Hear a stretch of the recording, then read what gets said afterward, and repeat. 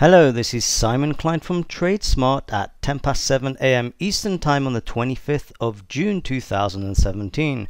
Welcome to this week's episode of Where is the Dollar Going Next? And what you see before you, as usual, is a dollar index on the daily chart wound back to the end of last week. We said last week there were three possibilities.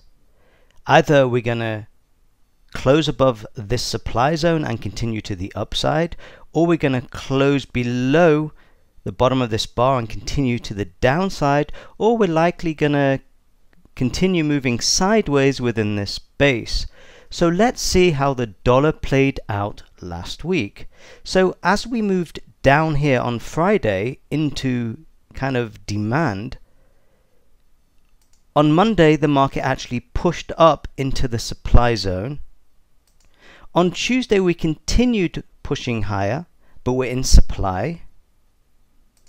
On Wednesday the market turned to the downside from the supply zone. Thursday we kind of stayed around this area trying to push up and trying to go down, but the direction is down here. So on Friday we actually continued moving to the downside back to the middle of the zone, but also into demand. So the question is this: where is the dollar likely to go next this week? Well, this supply zone is actually weakening now.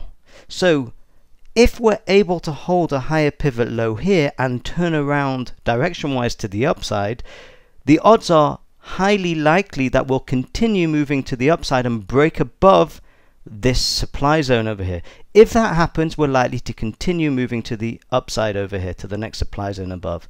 If that does not happen, then we're most likely to continue moving down either to the bottom of the base, whereby we may be supported and move up again, and if not, and if we close below again the demand zone here, then we're likely to continue moving to the downside. So basically it's almost the same as last week.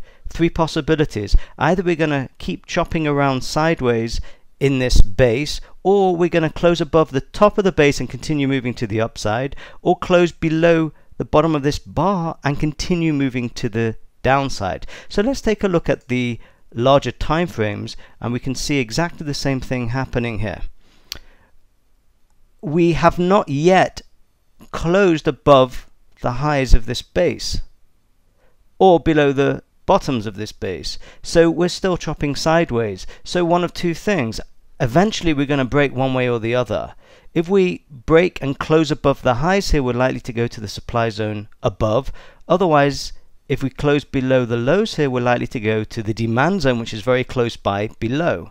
And likewise, if we look at the monthly chart, if we end up getting supported by this area, then we're likely to move to the upside. Otherwise, we're going to continue moving to the demand zone below. These are the odds of where the dollar is likely to go next this week.